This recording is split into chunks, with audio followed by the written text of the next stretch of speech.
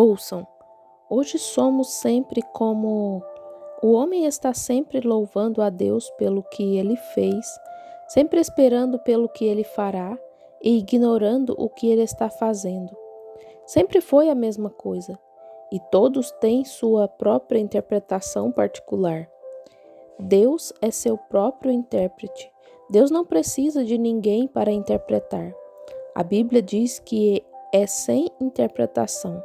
Não precisa de homem. Deus interpreta a Bíblia Ele mesmo. Deus disse: haja luz e houve luz. Isso resolve a questão.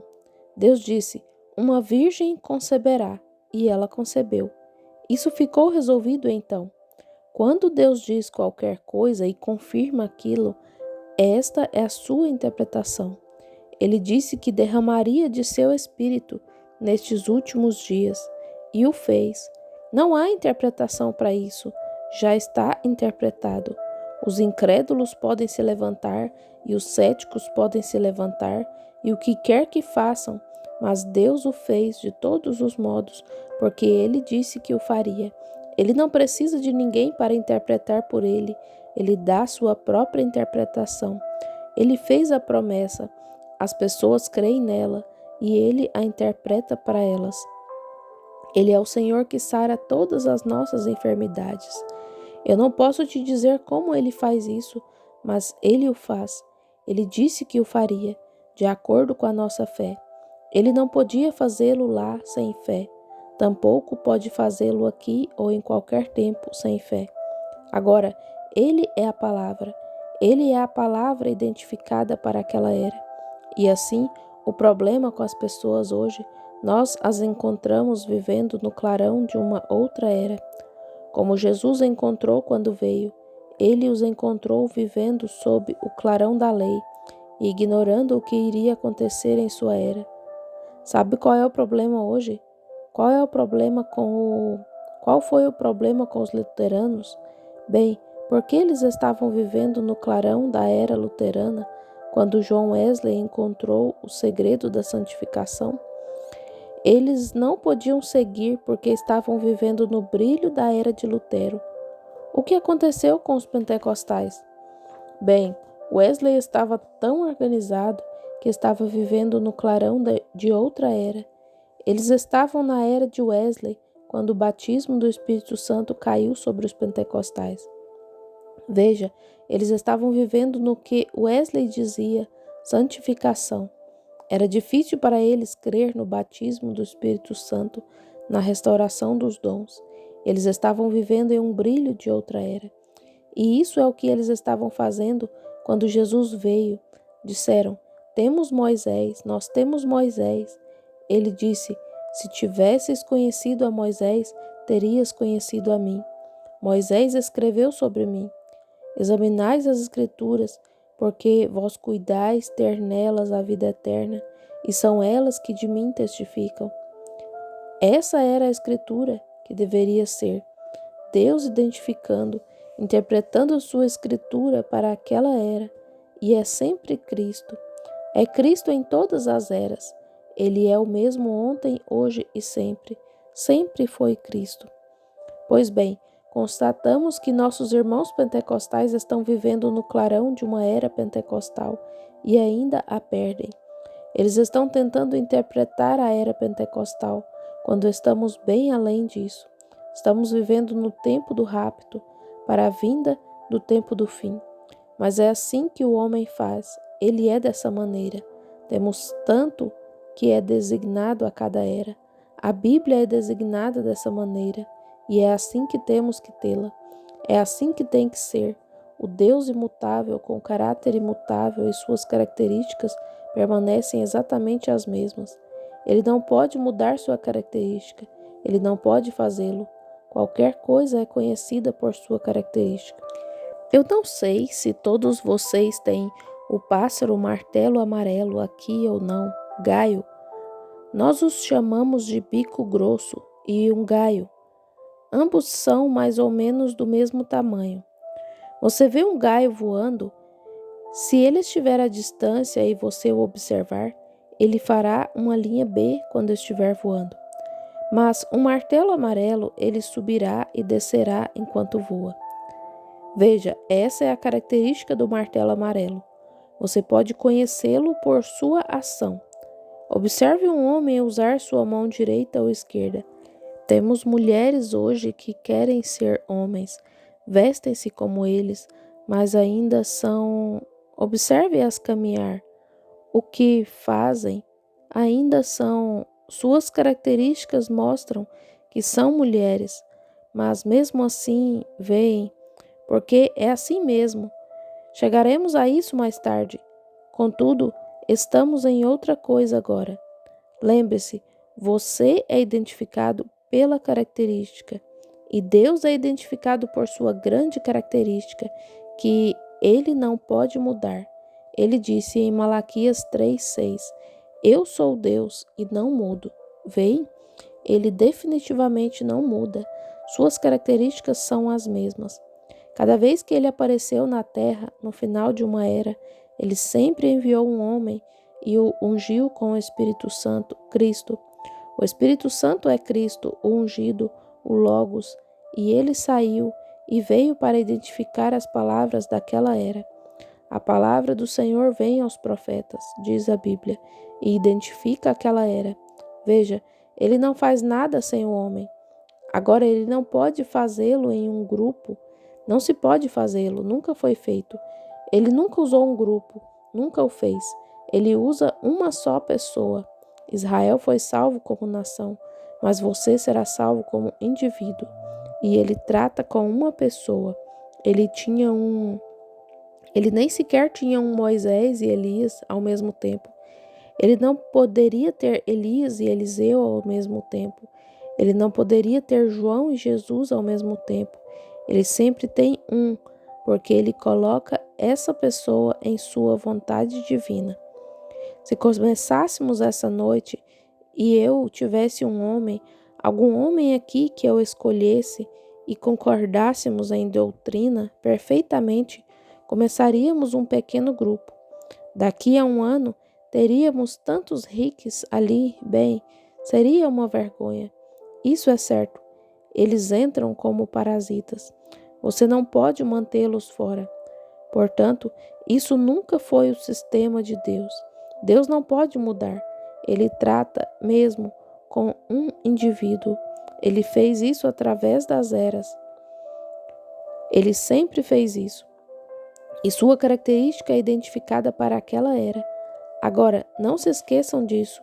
Sua característica é identificada naquela era. Vejam, nos dias de José, o profeta, como Jesus foi perfeitamente identificado em José. Ele nasceu, era amado por seu pai, odiado por seus irmãos, sem causa. Ele amava seus irmãos, mas eles eram apegados ao ritualismo, como os fariseus, e não tinham nada a ver com ele, e o odiavam porque ele tinha visões e assim por diante. Porém, a própria característica dele mostrava que era Cristo. José era um profeta. Ele predizia as coisas. Acontecia exatamente daquela maneira. Do jeito que ele falava, era assim que acontecia. E ele interpretava sonhos e nunca dava uma interpretação inconsistente. Toda vez que ele dizia que seria assim, assim sucedia. Ele nasceu um profeta para aquela era. Corretíssimo. Agora, constatamos que Deus revelou sua característica em José. Cada um dos profetas revelou a característica de Deus, porque tomou a palavra para aquela era e a identificou. Deus interpretou sua palavra daquela era por meio do homem. Assim, pois, ninguém pode encontrar uma falha nela. Essa é a Escritura. Bem, se sempre foi assim, não terá que ser o mesmo hoje, se ele é o mesmo ontem, hoje e eternamente? A congregação diz amém. Deus interpreta sua própria palavra. Ele disse: esta coisa acontecerá em uma certa era, e esta coisa sucederá. E ele desce e o faz. Pois bem, ele não precisa de nenhuma interpretação, porque isso se cumpre por si mesmo. Ele não precisa de ninguém para interpretar por ele. Ele é Elohim, o autoexistente, o todo-suficiente. Ele não precisa de ajuda de ninguém. Vem, Ele é Deus e Ele faz como Ele quer. E há uma coisa que estamos certos de que Ele não pode fazer. Ele não pode ir contra a sua palavra e permanecer Deus. Ele tem que guardar sua palavra, porque a palavra é Deus, e Deus é identificado por sua palavra prometida em cada era.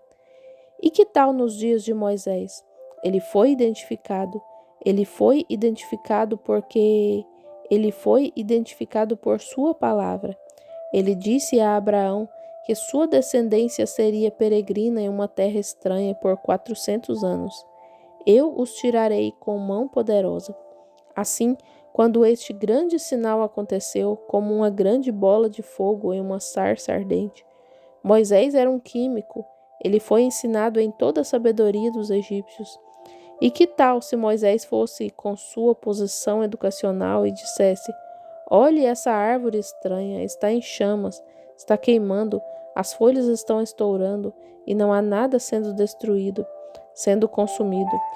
Agora, depois que isso deixar de queimar, vou pegar algumas folhas e descer ao laboratório e descobrir com que tipo de produto químico foi pulverizado? Aquilo nunca teria falado com ele. Mas quando ele tirou os sapatos e se aproximou humildemente, é desta maneira que encontramos a Deus, quando tiramos nosso orgulho e o colocamos de lado e entramos na presença. Ouça essa voz identificar: eu sou o que sou. Eu sou o Deus de Abraão, Isaque e Jacó.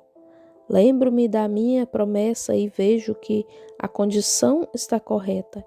Eu desci e vou falar, e estou te enviando, e tu serás minha voz. Oh, que coisa! É assim que ele faz. O que ele fez? Identificou-se em sua característica, no sobrenatural. O sobrenatural às vezes é tão fenomenal que fica completamente distante das pessoas. As pessoas chegam a ser boas pessoas, ótimas pessoas, mas às vezes entendem mal. Isso é que foi a mesma coisa com José. Ele não podia entender. Ele era um filho de Davi, mas não conseguia entender como Maria poderia conceber. Agora, sem dúvida, com aqueles grandes e bonitos olhos castanhos, ela olhou no rosto dele e disse: querido, eu sei que estamos noivos. Tenho algo para lhe dizer.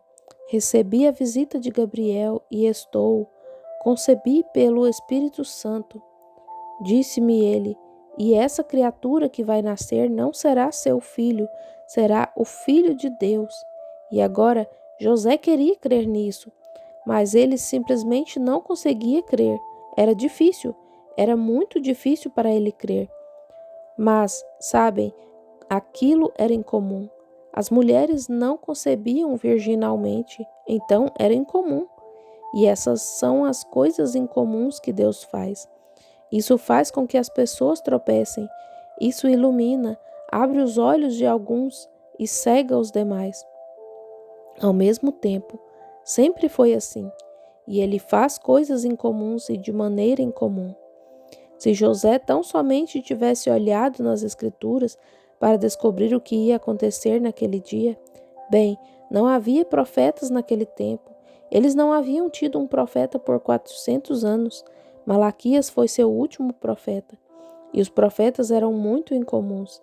Então, eles não tinham profetas naqueles dias.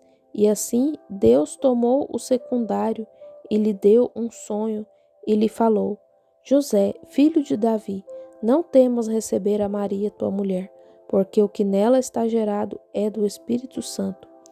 Veja, Deus identificando-se. Ele sempre faz isso no caminho do sobrenatural. Pois bem, estes, José e Moisés, e se tivéssemos tempo suficiente, poderíamos continuar com isso, mas vocês entendem o que quero dizer, que Deus, em cada era, sempre envia um indivíduo, uma pessoa.